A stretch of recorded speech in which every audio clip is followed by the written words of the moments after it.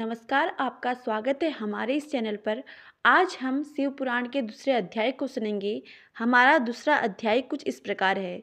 देवराज को शिवलोक की प्राप्ति, चंचुला का संसार से वैराग्य। श्री शौनक जी ने कहा, आप धन्य हैं सूत जी, आप परमार्थ तत्व के ज्ञाता हैं। आपने हम पर कृपा करके हमें यह अद्भुत और दिव्य कथा सुनाई है। भूतल पर इस कथा के समान कल्याण का और कोई साधन नहीं है। आपकी कृपा से हमने यह बात समझ ली है। सूत जी, इस कथा के द्वारा कौन से पापी शुद्ध होते हैं, उन्हें कृपा पूर्वक बताकर इस जगत को कृतार्थ कीजिए।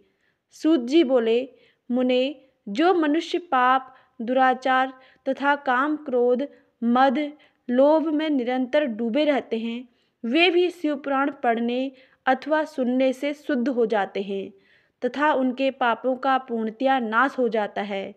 इस विषय में मैं तुम्हें यह कथा सुनाता हूँ। देवराज ब्राह्मण की कथा।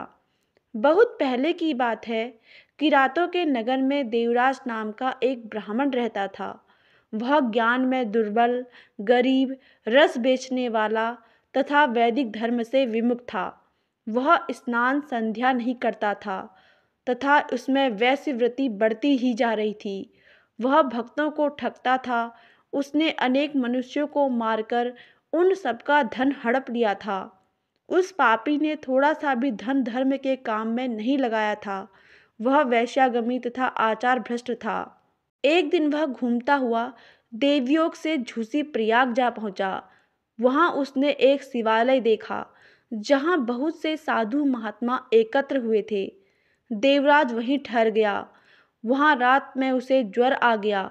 उसे बड़ी पीड़ा होने लगी।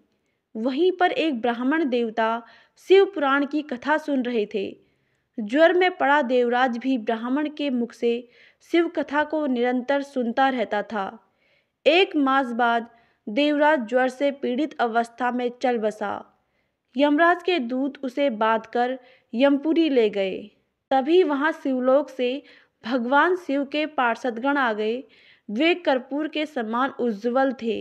उनके हाथ में त्रिशूल, संपूर्ण शरीर पर भस्म और गले में रुद्राक्ष की माला उनके शरीर की शोभा बढ़ा रही थी।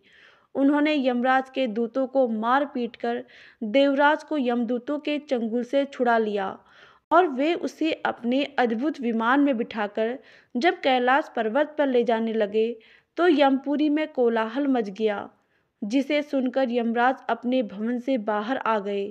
साक्षात रुद्रों के समान प्रतीत होने वाले इन दूतों का धर्मराज ने विधि पूर्वक पूजन कर ज्ञान दृष्टि से सारा मामला जान लिया। उन्होंने भय के कारण भगवान शिव के दूतों से कोई बात नहीं पूछी। तत्पश्चात शिवदूत देवराज को लेकर कैलाश चले गए और वहां पहुंचकर उन्होंने ब्राह्मण को करुणावतार भगवान शिव के हाथों में सौंप दिया। शौनक जी ने कहा, महाभाग सूत जी, आप सर्वज्ञ हैं। आपके कृपा प्रसाद से मैं कृतार्थ हुआ हूँ। इस इतिहास को सुनकर मेरा मन आनंदित हो गया है। अतः भगवान शिव से प्रेम बढ़ाने वाली दूसरी कथा भी कहिए।